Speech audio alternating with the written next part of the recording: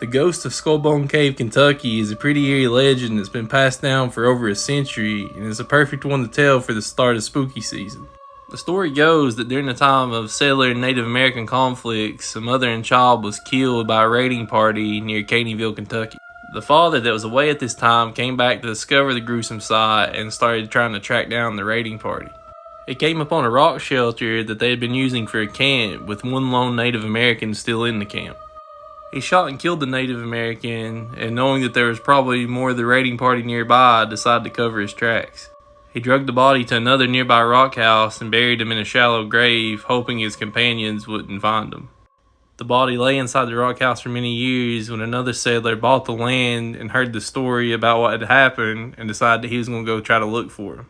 The new settler's name was Mason Embry, and while digging inside the rock shelter, he sure enough found the skeleton of the slain Native American. So not only did he desecrate the grave, but he ended up taking the skull back as a trophy, fitting it on a stick, and using it as a macabre garden hoe to cover seed corn during planting season. We all know where this is going. So old Mason liked to hunt at night with other settlers in the area, but their night hunts became disrupted by screams that came from the woods in all directions.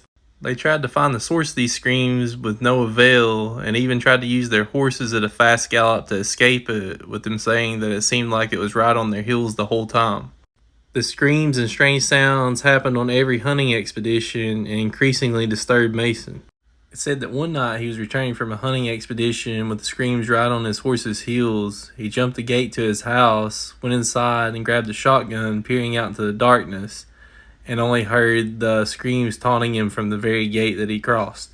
Convinced that the screams were coming from the spirit of the Native American, he decided to grab the skull and rebury it in the rock house where he found it. Legend says that the screams ceased and were never heard in the area again. Apparently some of the old Mason homestead is still standing, and at one point tourists could go visit the cave where all these events took place. Thank y'all for watching, and we'll have another spooky one coming up soon.